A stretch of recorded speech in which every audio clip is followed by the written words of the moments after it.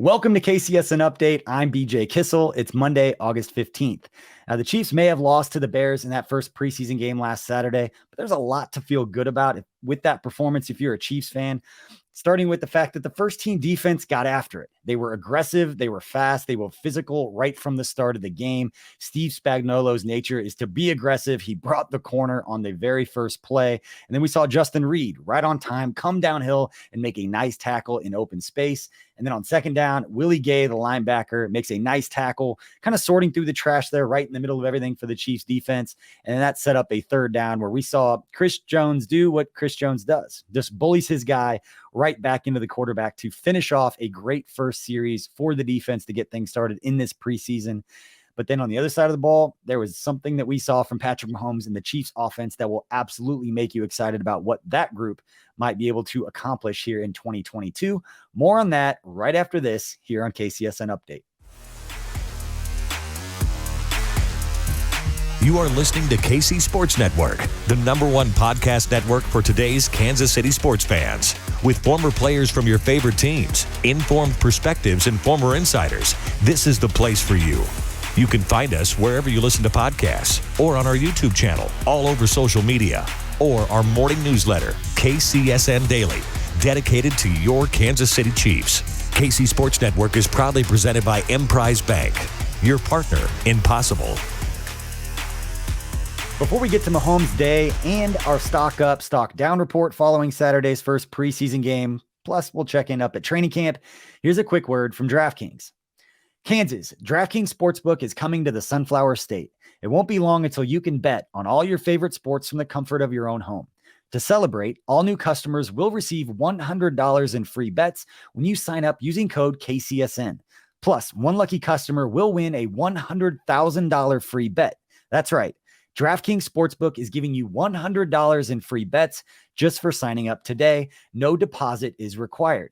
Soon you'll be able to bet on money lines, spreads, props, and more with one of America's top-rated sportsbook apps, DraftKings Sportsbook. Plus, you'll be entered to win a $100,000 free bet when you sign up. Download the DraftKings Sportsbook app now and sign up using code KCSN to get $100 in free bets to use once mobile sports betting hits Kansas. Plus, one customer will receive a $100,000 free bet. That's code KCSN only at DraftKings Sportsbook. Gambling problem? Getting help is your best bet. Call 1-800-522-4700. Must be 21 years old, physically present in Kansas. Eligibility restrictions apply. See terms at DraftKings.com/sportsbook. Subject to regulatory licensing requirements. One per customer. $100 issued as 4 $25 free bets. No purchase necessary for sweepstake. Void where prohibited. Ends first day. DraftKings is allowed to operate in Kansas. See terms at DraftKings.com/Kansas. All right, Patrick Mahomes finishing Saturday's game 6 of 7 for 80 yards and a touchdown with completions to 6 different receivers is enough to be excited about on its own. But upon further review of that performance, there's one play that really stood out to me because it's an example of the one thing that was going to need to progress if this team was going to succeed offensively in the manner that we've come to expect recently. And that's now without Tyreek Hill. It was the play on 3rd and 8. That was the most difficult situation the Chiefs' first-team offense experienced against the Bears last Saturday. Now, it was a broken play with Mahomes scrambling outside the pocket, and it was good for a live rep situation to see what happens when the play breaks down and to see what kind of players and how they can show a feel for what the others might do in that situation, again, in a live game situation. What it showed off was the fact that Marquez Valdes-Scantling understood the leverage and the situation of where he was at, and he understood what Mahomes needed in that moment. Watch how MVS moves away from his defender and creates separation for Mahomes to make a crossbody street ball throw that resulted in a first down right here that led to the touchdown to Blake Bell. Now, they made this look really easy because to them, it is. Now, that's the kind of chemistry on the field that could have taken some time with MVS and Mahomes, along with even Juju and Sky Moore and a lot of these new guys and the emerging Justin Watson.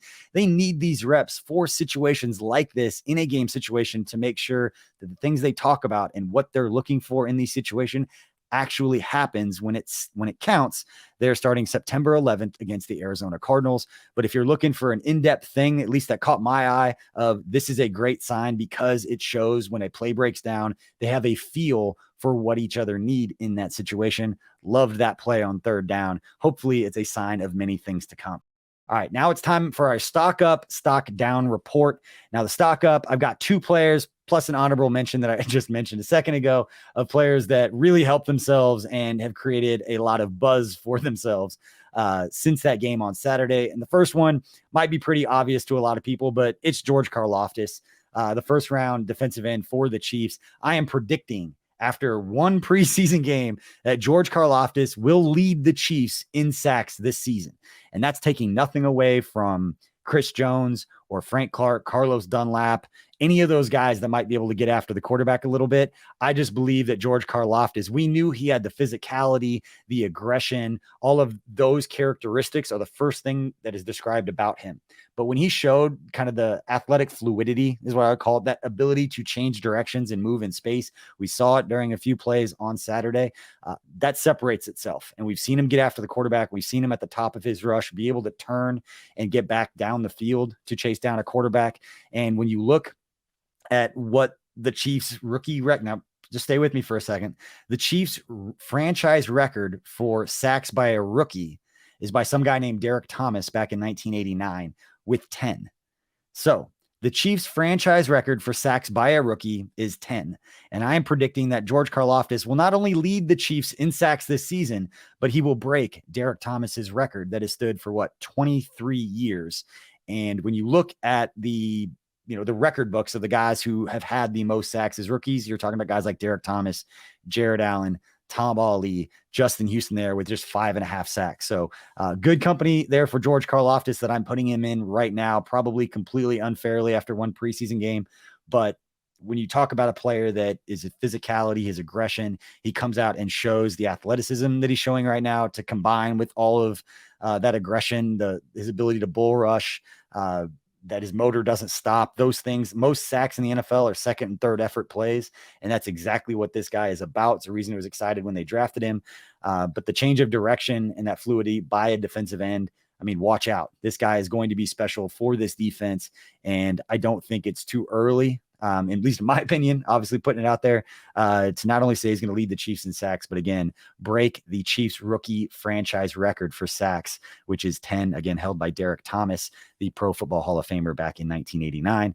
And on the other side of the ball, this is not a surprise. Anybody who watched that game or anybody who's been following what's been going on with the Chiefs offense and their young players, but Isiah Pacheco, he got reps with the first team offense, which was telling on Saturday, but his contact balance, that ball that he caught out in the flat and got, basically the defensive back tried to lower his shoulder into him, knock him down.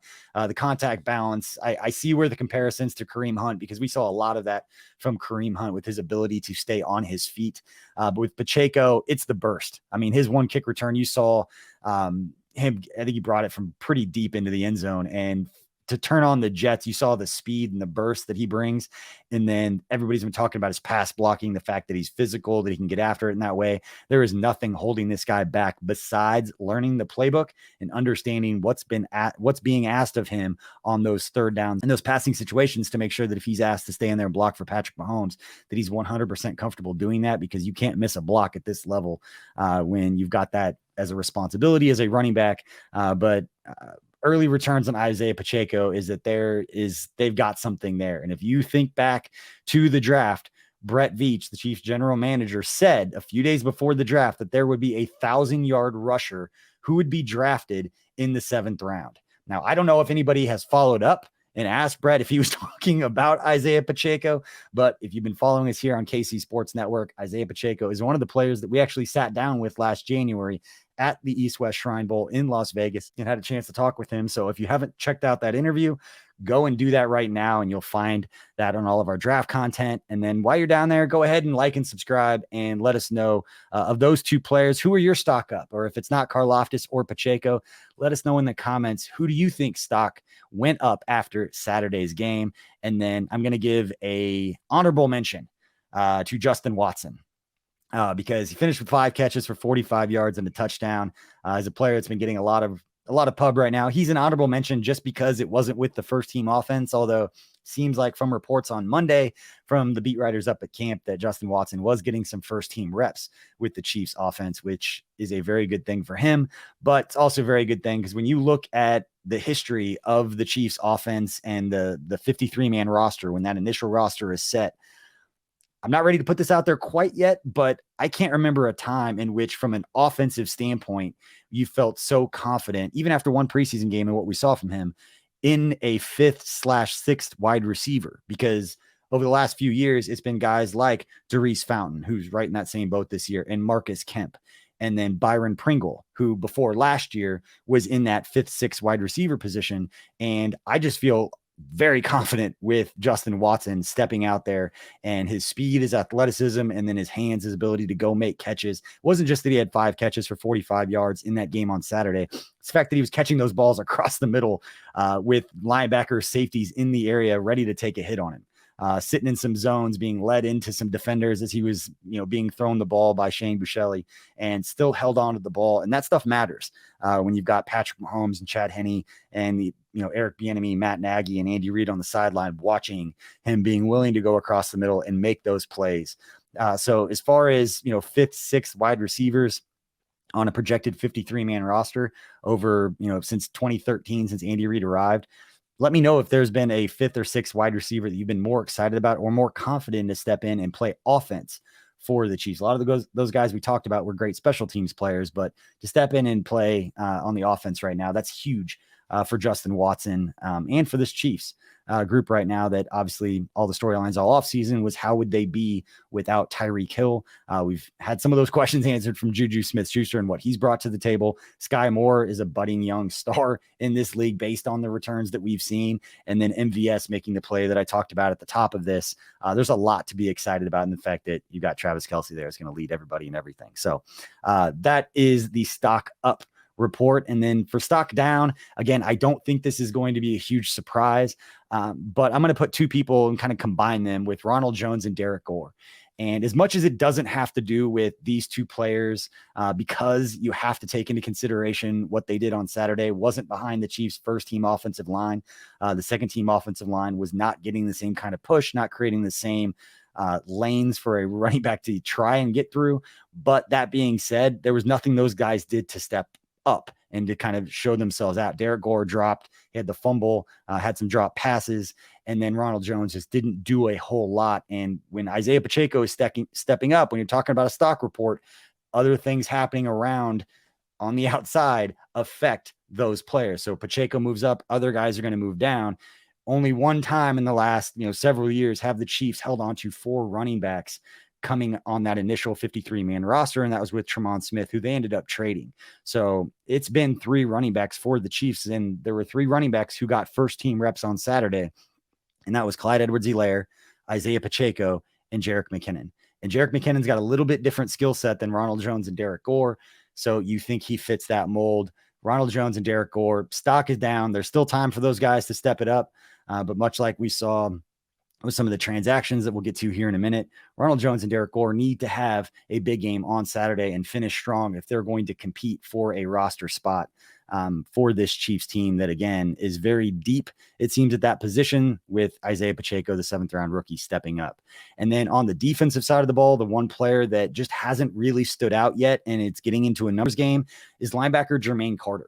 5th-year veteran, had 88 tackles for the Carolina Panthers last year. And when he was signed in the offseason, thought, here's a guy that if he stepped in could play and make some sort of an impact, like we've seen from the Chiefs signing those veteran linebackers over the past few years. And he didn't really do anything to stand out on Saturday. And again, you look at the Chiefs' defensive 53-man roster projections, and they either keep 5 or 6 linebackers, and that's what they've done for the past few years. You've got Nick Bolton, Willie Gay, Leo Chanel, Elijah Lee, and then Darius Harris right there is who I would project as being your top 5 linebackers right now. Are they going to keep Jermaine Carter as a 6th? What kind of special teams value does he bring? And then you've got Cochran and Rose as those, undrafted rookies there that most likely will end up on a practice squad. So if there is any kind of injury to those top 5 guys, you can call up a guy for special teams specifically on game day you don't necessarily need a veteran like Jermaine Carter to do that if that's the role that it looks like he's facing right now. And for a guy who didn't really step up on Saturday and really solidify himself as one of those top 5 linebackers, if right now he is sitting as that 6th linebacker, that's one of those spots where maybe they don't need that. If they end up needing that 6th linebacker, they'll bring up one of those young guys from the practice squad to play special teams on game day, and then use one of those really valuable roster spots on another position, as we've seen that in the past. So Jermaine Carter, Ronald Jones, and Derek Gore, those are guys that are going to have good games on Saturday, in my opinion, to solidify themselves to have a chance to make the 53-man roster. But again, these are guys that most likely will end up playing in the league, whether it's for the Chiefs or somebody else. The Chiefs just have that talented of a roster right now. Now, we've seen the Chiefs already made some roster moves. I just talked about that a second ago. They released 4 players on Monday while officially signing veteran monster defensive tackle Danny Shelton.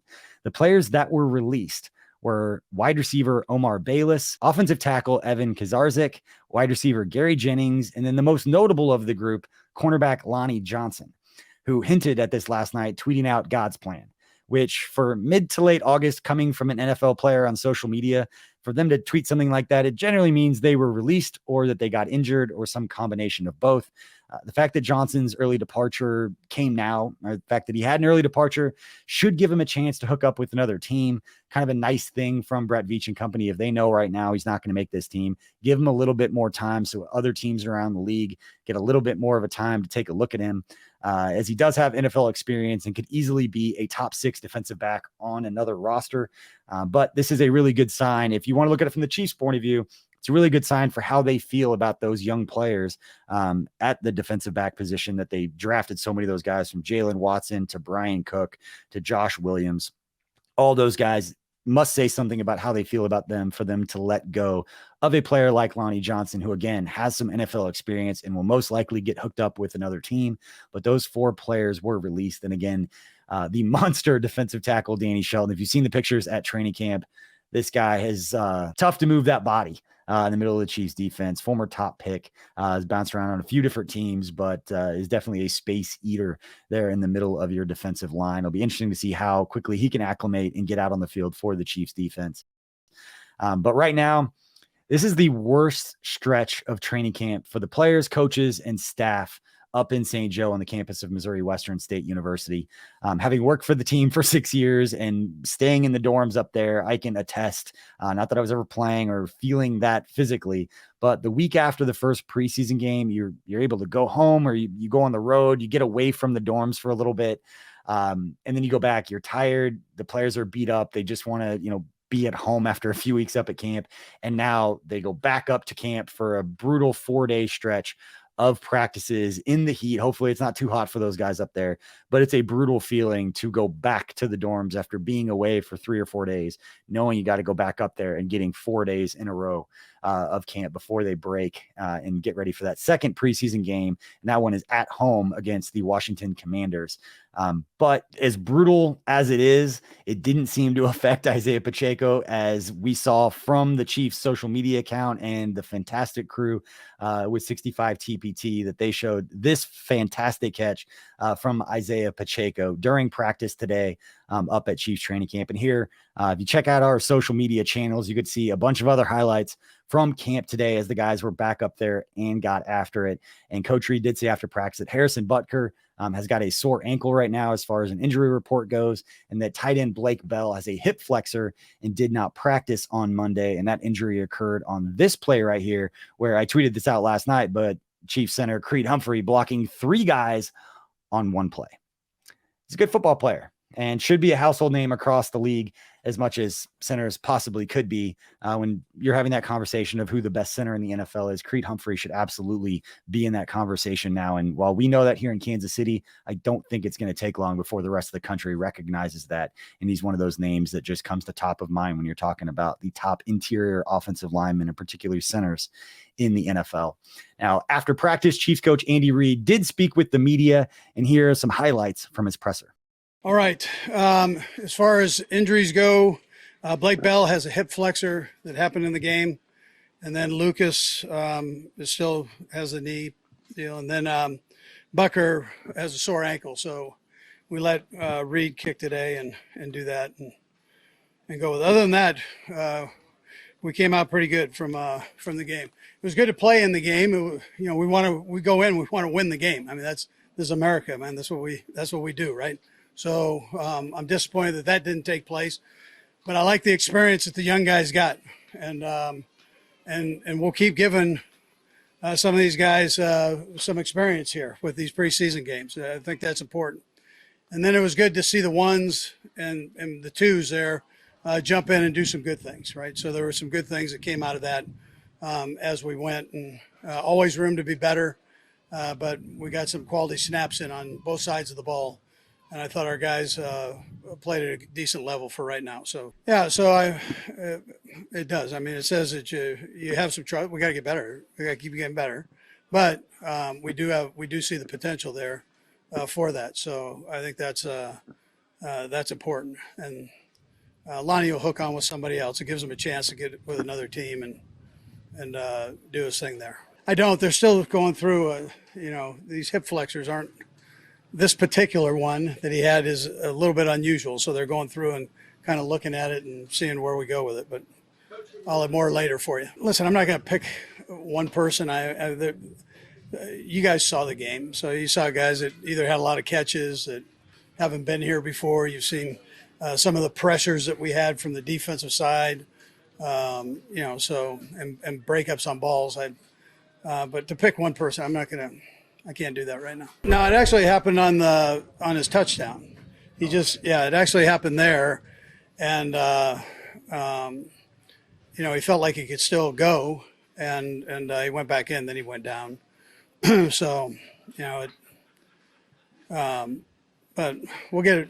He'll get fixed up and go. We'll see how that whole thing goes. Yeah, Juan did good.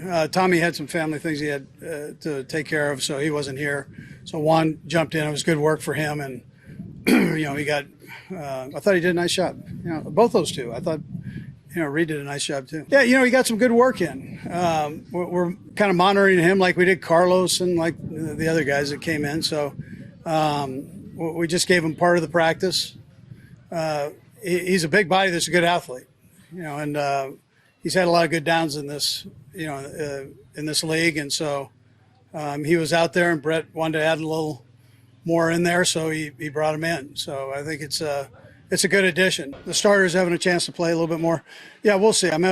We normally take it up to a half or a quarter and a half, that type of thing. So we'll see where it goes. And I like what we got in the other day. The O-line had a couple series. Pat had a series. Chad had a series, and I was comfortable with that.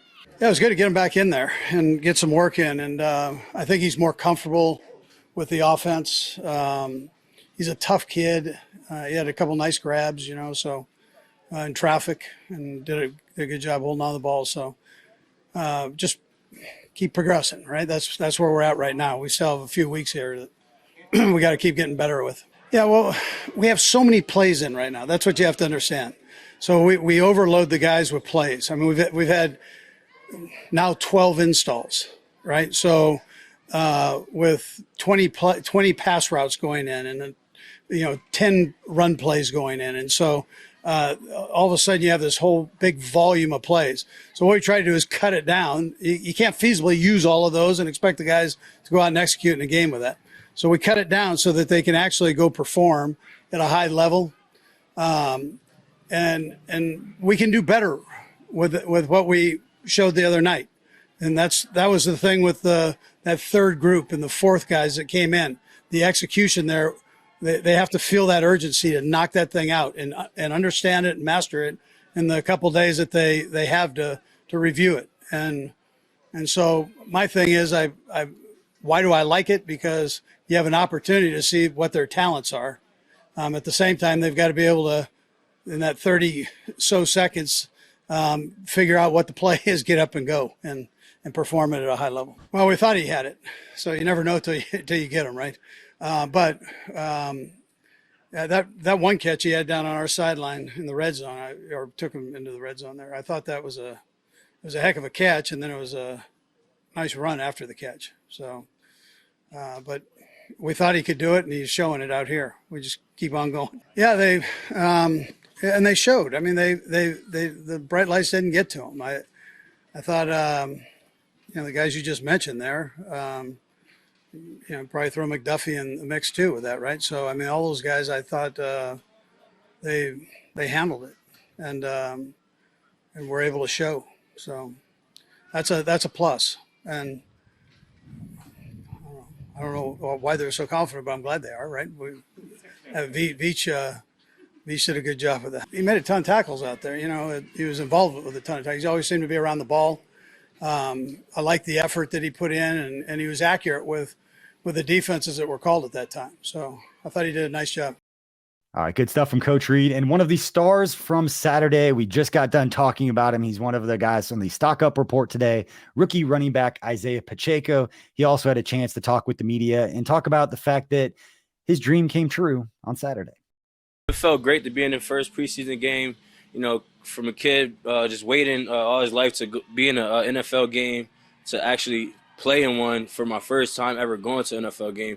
To be in it felt, great, and that's what I always had the mindset to do, and, it was a dream come true. I finally did it. Just trusting it more and being a little bit more patient on my runs, and, just getting my feet wet out there, just getting more plays in is probably going to help me in the longer run, and, just being more confident. Family, mom and dad called me after the game. Text message from, the guys, my head coaches and the people that was around me during the process. And, I was grateful for those people giving me feedback, but, I was excited to get on the plane and see what the film looked like. It really didn't. I don't know why, but I just felt like it didn't. I felt like I was more confident in the scheme, knowing who I had on which play, and being able to execute at a fast pace was something that I worked on out here at practice for in the game. It came, more a little easier. Definitely, the balance point was definitely good there. And catching the ball, focus. It didn't matter what I did after the play. It was catching the ball first for me, and then getting what I can after. So, when there's opportunities come, just, take advantage of them. I relied on me and my parents and Coach Shiano. We sat down and talked, and, I was ready. I was ready to get out here and go to work, and, I believed in my agents, Neil and Sandy Cornelio, and, I came with the mindset of being ready to play and going out and execute whatever the coaches want me to do. From Coach Shiano, I say from Family Trust Top, that mental toughness and perseverance and being able to focus on all four quarters of the game is very hard to do. And if you could do it at an intense level, I'll say, everything will fall in place. I'm truly blessed to be here for the grace of God. And, just every day I come out here with the same mentality, give 110% and whatever I got to do to make the team, to do whatever coach want me to do, I'm going to do it. And, just have faith. I don't really go in the media as much when it comes to, guys talking, this and that. I just come out here with the same mindset and ready to put my film on, come out here and practice so they can see it on film. And film don't lie. At the end of the day, put it on and go out here and see me guys working hard. Definitely, I'm really excited. Said it's crazy. There's a lot of fans there. So for me to be out there with a lot of fans, it's going to bring a lot more juice to me as well. It felt good being out there, just being patient and waiting on the ball to drop, to see it through, the catch, and most importantly, catching the ball first and then getting what I could get after. It was a deep kick, so, coach said we're bringing everything out, so I'm bringing that thing out. You kick it deep, so. It's cool, to see guys I watched on TV, just that they be real men at the end of the day. When I came here, they treated me as a little brother, and, being a guy that looked to veterans, for advice and, get a routine going. I'm just looking at those type of guys that's been in the game for a while, pick their brains a little bit and, they be honest with me, and that's what I love about it here. And the greatest tight end in NFL history, Travis Kelce, also took to the podium up in St. Joe on Monday. I think we all kind of came out with the same mentality. We got to be able to finish that game and win that game, right? But outside of that, it was fun to see a guy like Sky Moore go out there, make some big plays. A guy like George Karlaftis, as I like to call him, go out there and make some plays and get hype. Seeing those kind of guys go out there and get their first taste of some real NFL football, see how excited they got, see their determination and how they get locked in before a game. It's fun. it's fun to see because I remember being in those shoes. Oh, man, I love it. I love it. I love being there for these guys. And I think it comes with just being a good teammate, man. Being a voice of reason or just somebody they can bounce ideas off of, knowing that I've been here a few years. And specifically here in St. Joe, it can be a drag every now and then, trying to get through the dog days of football. So I just try and be there for everybody, man, not just the young guys. We got a deep group of wideouts. We got a lot of guys that can fly downfield. And we have some guys that play physical football. And that's what you want out of the wide receiver group. Guys that are going to be able to block in the run game and guys that are going to be able to go up top and make plays when the ball's in the air. This offense is it's special, man. It puts you in a position to have success. And a lot of times, all you got to do is just do your job and play to your best ability, and the rest is history. Stud, man. I'm just happy that he's taking it and he's being a professional. Just a professional on and off the field, and the way he carries himself in the locker room, how he carries himself out here, it's something that everybody can learn from, and how he's always accountable. It's because he knows what he's doing. He knows what's going on around him. He's not just thinking about himself. He's thinking about the team aspect or what the offense is trying to do. And his career is just going to keep excelling. You're just going to keep seeing him showing up and making plays. Every season is different. Every group of players that we have is different. That's why I think the offense always has those little tweaks. And I've had the fortune of seeing all the things kind of turn over and change. And I think that naturally I get excited every single week to see what's new in this offense, knowing that the possibilities are endless. The type of players that we have here, man, we can do so much with it. That it's just it's kind of like pick your poison, and I know Coach Reid has a blast with doing that too. So it's exciting, man. I accept the challenge of having so much to put on myself. There's so much put on us to be able to go out there and perform, but it's only to our advantage if we get it down. I want to say it's night and day, man. But when I first got here, we had I think Dwayne Bowe and Jamal Charles. I mean, those were our two weapons that we knew we could go to. And with those two, it was just like a lot of the stuff that we were doing was run game stuff, and it was play action. And outside of that, it was Alex Smith was really good at running two-minute tempo or a turbo tempo where we would get up to the line, and that whole package has changed. So it's night and day different from when I first got here. I definitely was more hand in the ground tight end back then, but now it's evolved to we can get that ball anywhere on the field at any moment. And, it's exciting. I mean, it's the whole offense in general, you put a lot more accountability on the O-line for being together for a whole nother year, having that much more chemistry together. And then on top of that, what Pat's able to do is just, keep developing.